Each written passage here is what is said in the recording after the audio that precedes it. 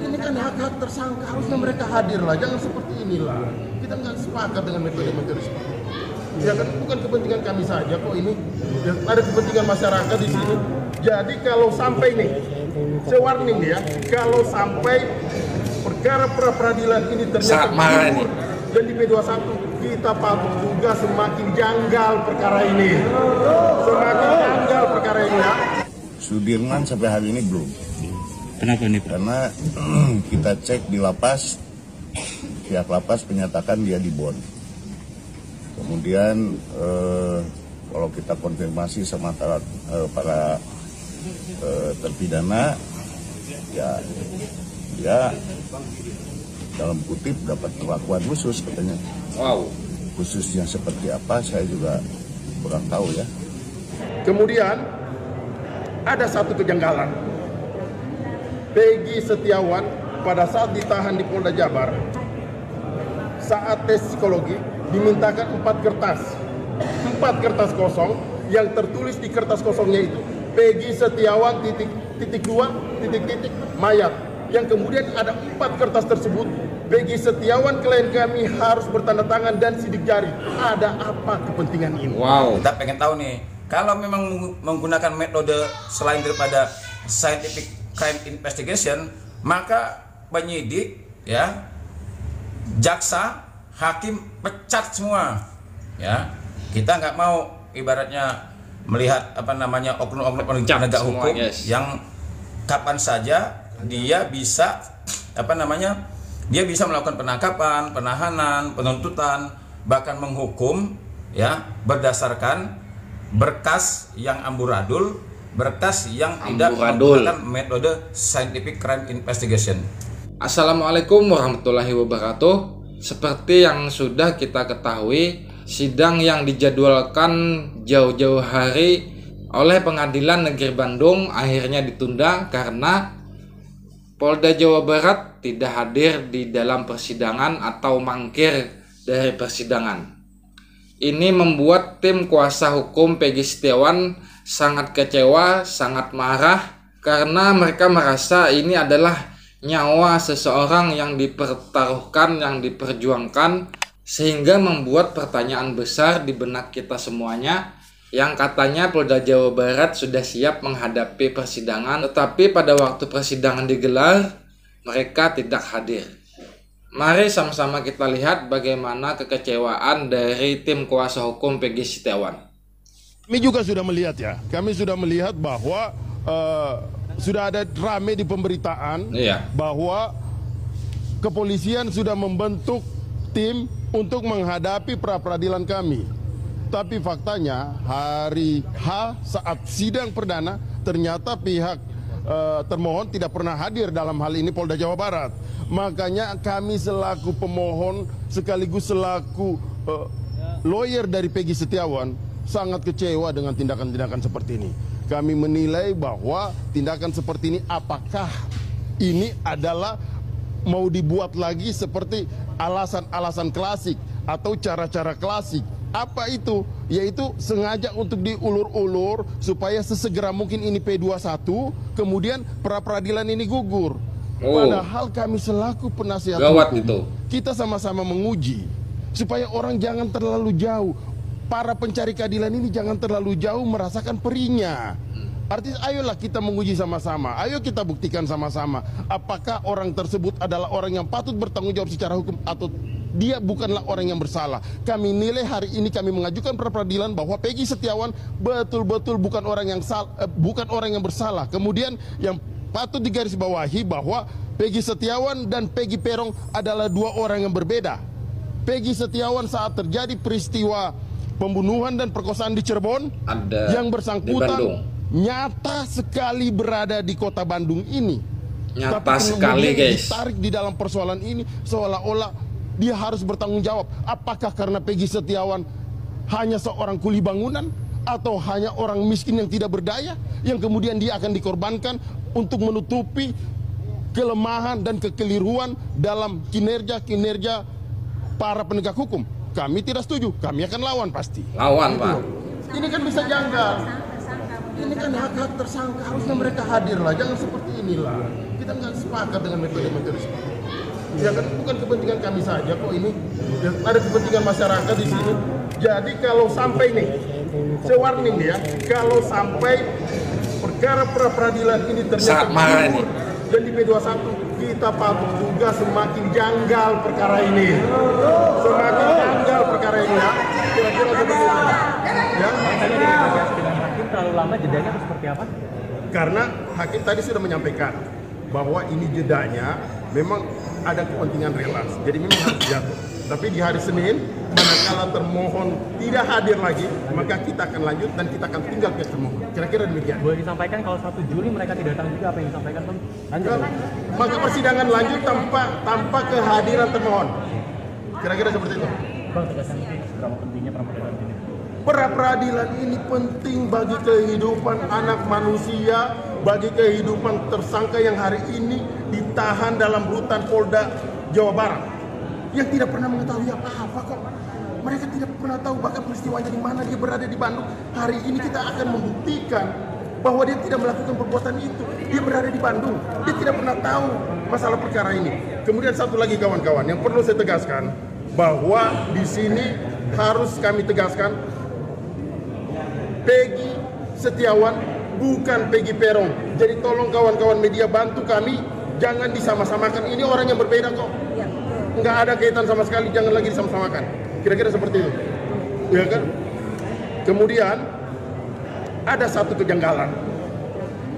Peggy Setiawan pada saat ditahan di Polda Jabar, saat tes psikologi dimintakan 4 kertas. 4 kertas kosong, yang tertulis di kertas kosongnya itu Peggy Setiawan titik mayat. Yang kemudian ada 4 kertas tersebut Peggy Setiawan klien kami harus bertanda tangan dan sidik jari. Ada apa kepentingan ini? Wow. Kenapa kami tidak dikonfirmasi? Ada Ketika apa ya? kami menanyakan itu tidak pernah dari pihak penyidik untuk menyampaikan itu. Ada apa ini? Ada apa? Bahaya ini guys. Ya. Kenapa penyidik tidak mengakuinya? Tapi kita akan tunggu manakala ada bukti itu, maka siap-siap kita akan persoalkan secara hukum. Kira-kira seperti itu ya.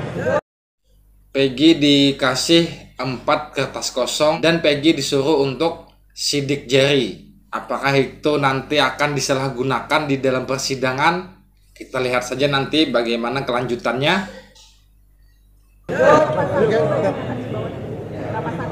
Kenapa? Kami belum masuk dulu kepada tahapan saksi atau pembuktian, hadir aja dulu mereka, ya kan? Kami belum masuk ke arah situ dulu. Kira-kira seperti itu, oke? Bang, nama Bang?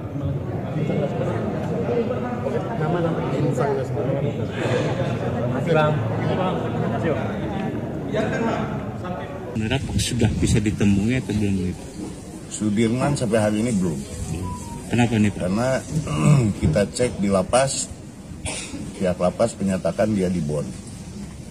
Kemudian kalau kita konfirmasi sama para terpidana, ya dalam kutip dapat perlakuan khusus katanya. Wow. Khususnya seperti apa saya juga kurang tahu ya, karena saya belum ketemu, saya nggak berani menerka gitu.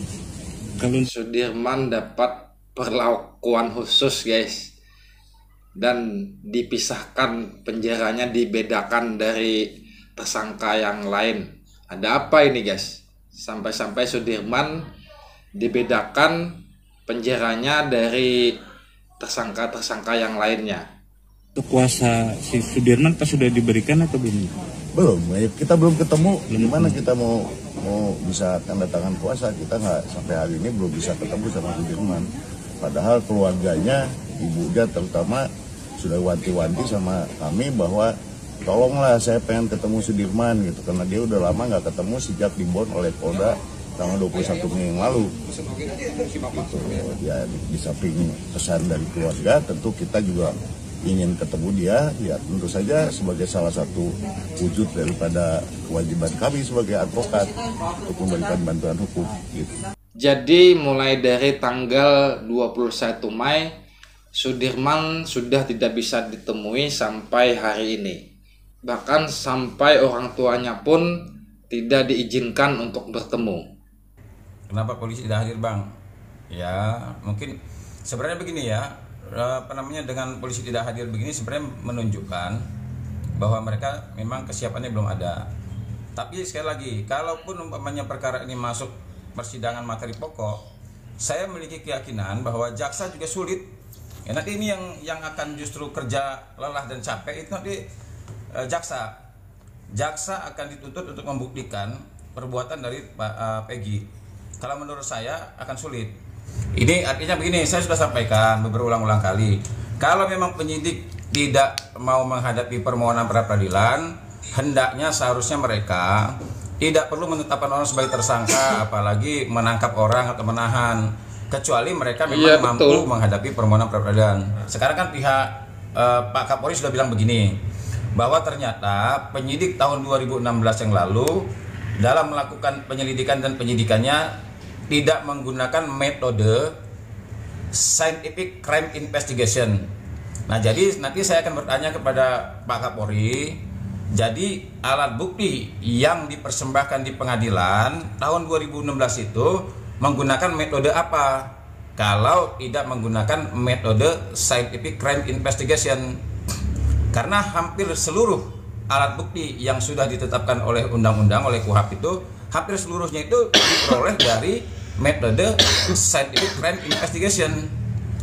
Nah, kita pengen tahu nih, kalau memang menggunakan metode selain daripada scientific crime investigation, maka penyidik, ya, jaksa, hakim pecat semua.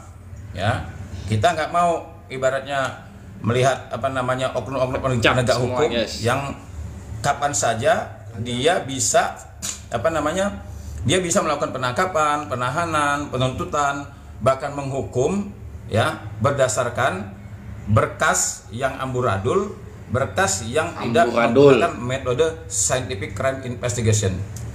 Sekarang kalau sudah tahu ternyata metode scientific crime investigation itu tidak digunakan, ya harus umumkan nama-namanya. Dulu kasatnya siapa, kapolresnya siapa, ya kan, penyidiknya siapa, periksa propam, ya. Kalau memang ini kekeliruan, kasih hukuman. Kalau ini kejahatan, pecatin aja orang itu. Karena begini, metode scientific crime investigation itu bukan harus diperintah, bukan harus diatensi, bukan harus diinstruksikan, bukan. Memang itu sudah standarnya, standar internasional, bahkan negara-negara lain juga menggunakan itu. Jadi kalau seandainya sekarang ini, ya zaman sekarang ini, kalau ada penyidik tidak menggunakan metode scientific crime investigation, kalau menurut pandangan saya, mohon maaf nih, berarti penyidik itu melakukan kejahatan dan ini harus diadili, kalau perlu dipecat. Integritasnya diragukan. Iya, integritasnya diragukan. Masa dalam mencari dan menemukan alat bukti yang sah, kalau dia tidak menggunakan metode scientific crime investigation, lah terus metode apa yang digunakan? Menjadi pertanyaan besar, metode apa yang digunakan Polda Jawa Barat pada saat menetapkan Peggy Setiawan menjadi tersangka. Karena sesuai dengan pernyataan Polri bahwa penyidik tidak melakukan scientific crime investigation. Susah banget disebutnya ya guys. Jadi semua penyelidikan itu pasti akan dipertanyakan. Dan kalau Polda Jawa Barat tidak menggunakan metode itu, berarti mereka dengan seenaknya menetapkan tersangka sesuai apa yang mereka inginkan. Betul nggak guys?